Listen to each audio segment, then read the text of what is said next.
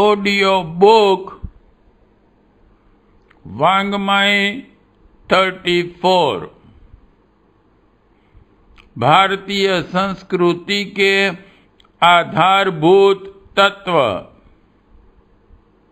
Chapter 1 part 21 पुस्तकालयों का जाल बिछा दिया जाए। स्वाध्याय की महिमा अतुल है। जिसने पढ़ने का महत्व जान लिया उसने सौभाग्य का द्वार पा लिया। जिसने विचार की आवश्यकता अनुभव कर ली उसने विकास का आधा पथ पार कर लिया। यह जानना चाहिए, स्वाध्याय से बढ़कर आनंद कुछ नहीं। गांधी जी। और मुझे नरक में भेज दो, वहां भी स्वर्ग बना दूंगा यदि मेरे पास पुस्तकें हों। लोकमान्य तिलक।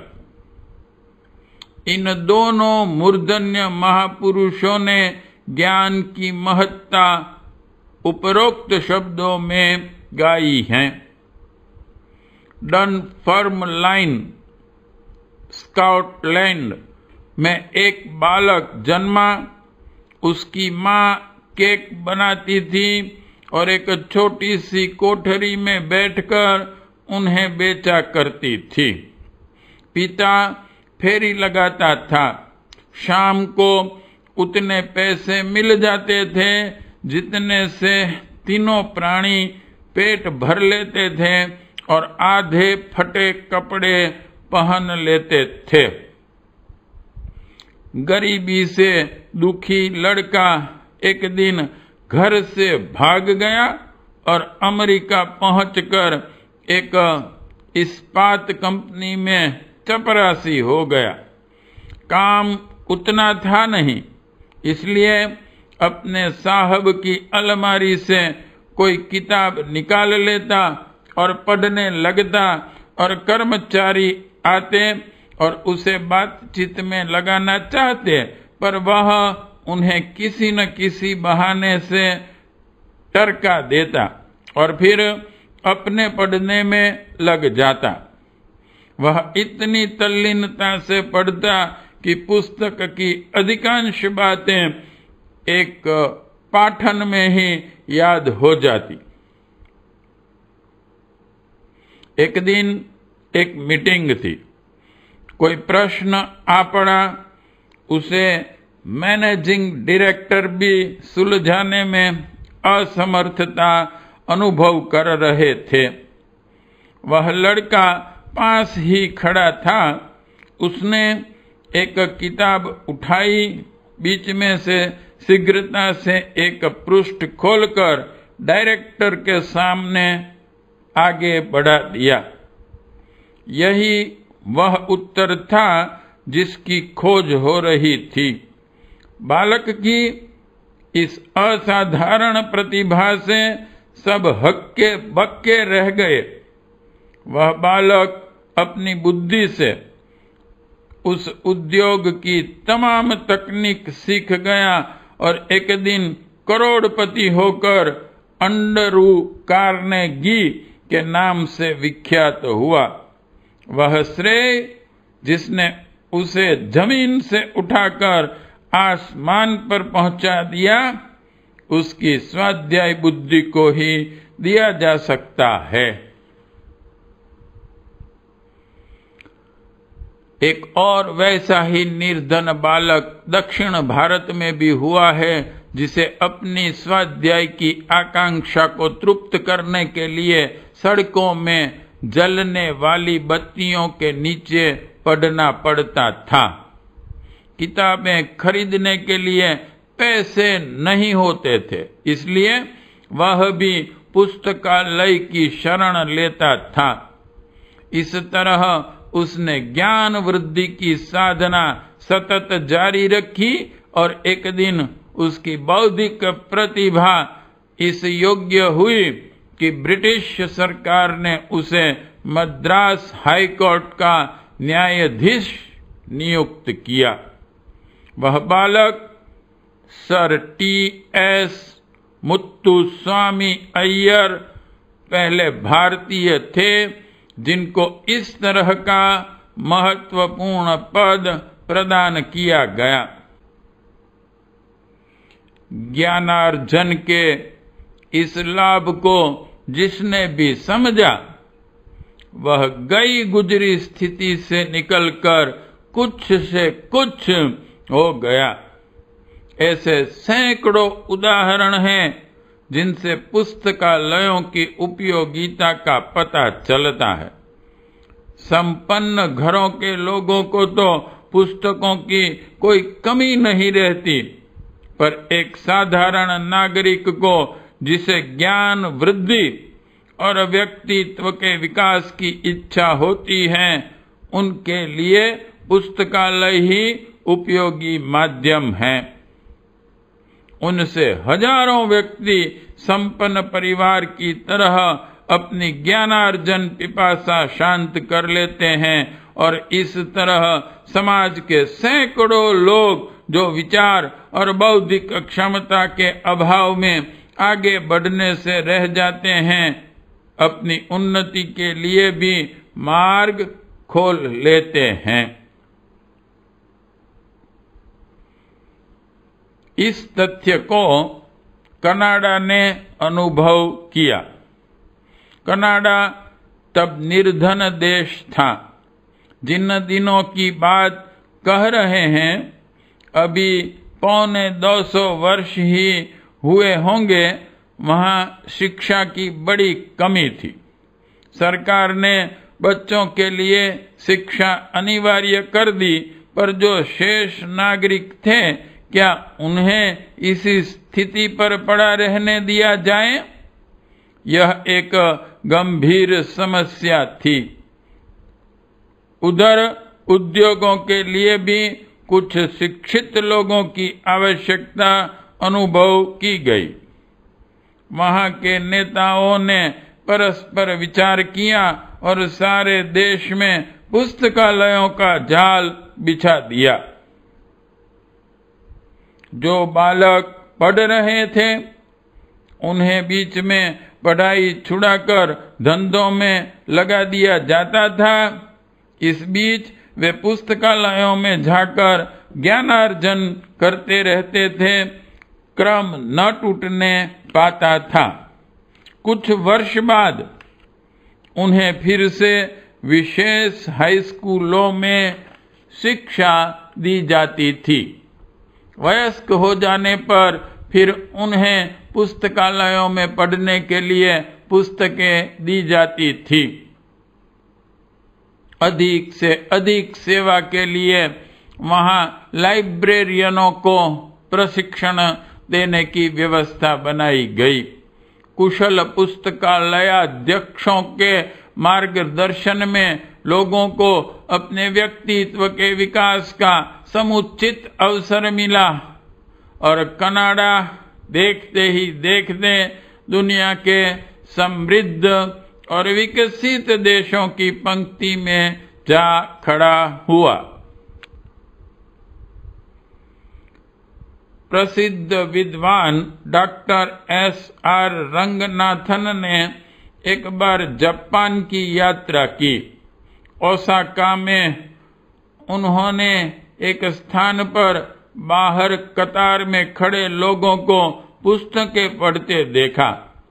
पढ़ने वालों की अधिक संख्या देखकर उन्हें कुछ आश्चर्य हुआ। उन्होंने वहां जाकर पता लगाया तो मालूम हुआ कि यह एक पुस्तकालय है, जहां प्रतिदिन लोग भारी संख्या में पुस्तकें पढ़ने आते हैं। पूछने पर पुस्तकालय के अध्यक्ष ने बताया कि यह पुस्तकालय 30 वर्ष पहले बना था। तब थोड़े से आदमियों के आने का अनुमान था, इसलिए इतने ही स्थान की व्यवस्था की गई थी। अब लोग बहुत अधिक आते हैं इसलिए सीट रिजर्व कर दी गई है। जिनका नंबर नहीं आता वे लोग अपनी अध्ययन की आकांक्षा को तृप्त करने के लिए बाहर खड़े होकर पढ़ते हैं। हम इस कमी को दूर करने के प्रयत्न में हैं। जापानी लोगों की इस स्वाध्याय वृत्ति से वहां के जीवन में क्या कोई क्रांति हुई? इस प्रश्न पर विचार करें तो मालूम होगा कि जापान ने इतनी अधिक उन्नति कर ली है कि वह एशिया के विकसित देशों में अपना प्रथम स्थान रखता है। धन कमाना कोई बड़ी बात नहीं है। पढ़े लिखे और विचारवान व्यक्तियों के लिए तो वह सबसे छोटी समस्या है।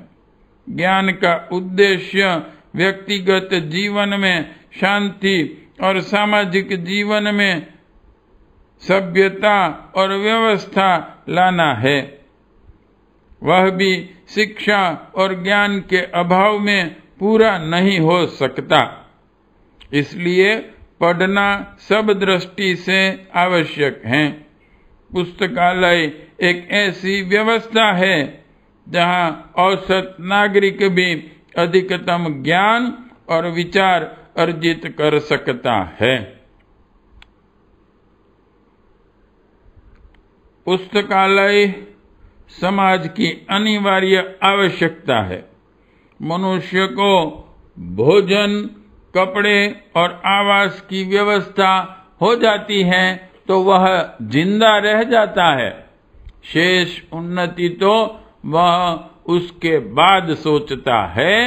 समाज यदि विचारशील है तो वह शांति और सुव्यवस्था की अन्य आवश्यकताएं बाद में भी पूरी कर सकता है।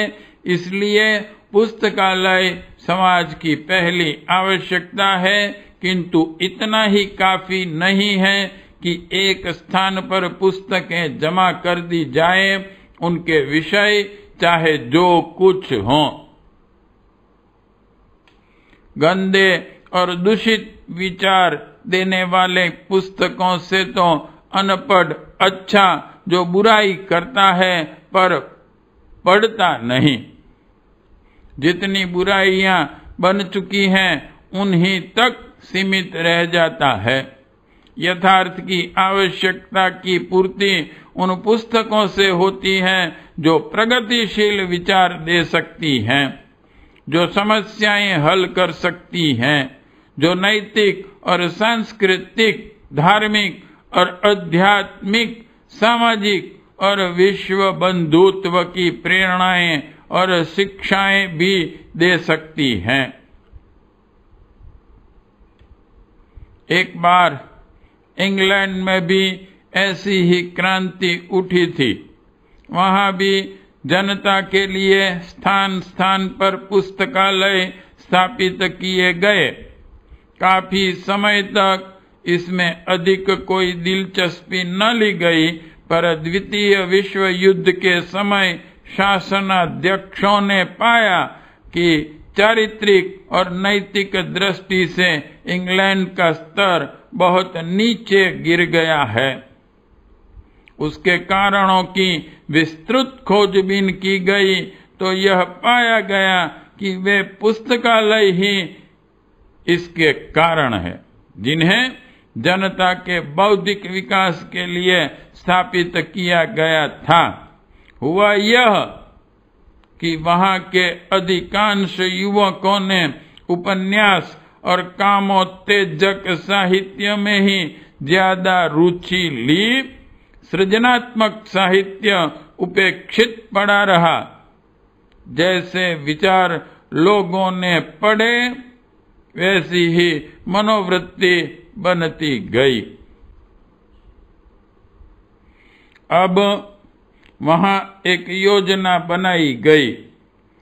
पुस्तकालयाध्यक्ष प्रशिक्षित किए गए और उन्हें बताया गया कि यदि कोई स्त्री पुस्तक लेने आती है तो पहले यह पूछो कि उसकी समस्याएं क्या है। उदाहरणार्थ, यदि वह कम शिक्षित है तो उसे हल्की फुल्की साहस और नैतिकता की पुस्तकें पढ़ने को दो, और यह भी कहो कि वह यह कहानियां बच्चों को भी सुनाया करें। इसी प्रकार यदि कोई शिक्षित स्त्री है तो उसे बाल समस्या, बाल कल्याण, परिवार मनोविज्ञान की पुस्तकें दें। इस योजनाबद्ध तरीके से वहां जीवन के प्रत्येक क्षेत्र में नए नए अनुसंधान प्रारंभ हुए। अंग्रेजी साहित्य ही आज एकमात्र ऐसा साहित्य है जिसमें मनुष्य जीवन के किसी भी पहलू पर विचार और शोध जानकारियां मिल सकती हैं। यह उसी योजनाबद्ध पुस्तकें पढ़ाओ अभियान का चमत्कार है। वहां 80% से भी अधिक लोग पुस्तकालयों का लाभ उठाते हैं।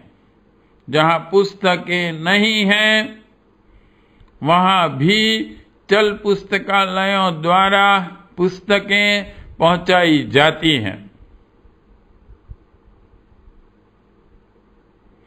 इससे लोगों की सुख समृद्धि का द्वार खुल गया। बैकवेल नामक एक गांव के एक युवक ने पुस्तकालय में उपलब्ध इलेक्ट्रॉनिक्स की तमाम पुस्तकें पढ़ी। वह बेरोजगार था। इन पुस्तकों के सहारे वह रेडियो बनाना सीख गया। यही नहीं, रेडियो इंजीनियरों की भी बहुत सी तकनीकें उसने सीखी। इंग्लैंड का औसत नागरिक विश्व समस्याओं, परिस्थितियों और ज्ञान विज्ञान से लेकर छोटे छोटे उद्योगों तक की इतनी जानकारी रखता है जितनी भारतवर्ष का MA उत्तीर्ण छात्र भी नहीं जानता होगा। यह सब उनकी स्वाध्याय वृत्ति का ही प्रतिफल है।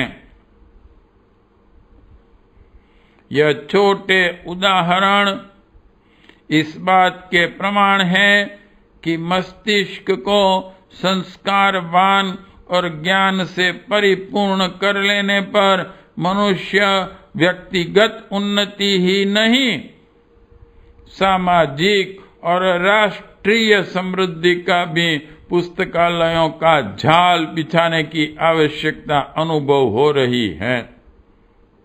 यदि कुछ विचारवान व्यक्ति अथवा राजनैतिक नेता इसे एक अभियान का स्वरूप प्रदान कर दें तो देश देखते देखते धरती से आकाश में पहुंच सकता है। पार्ट 21 समाप्त।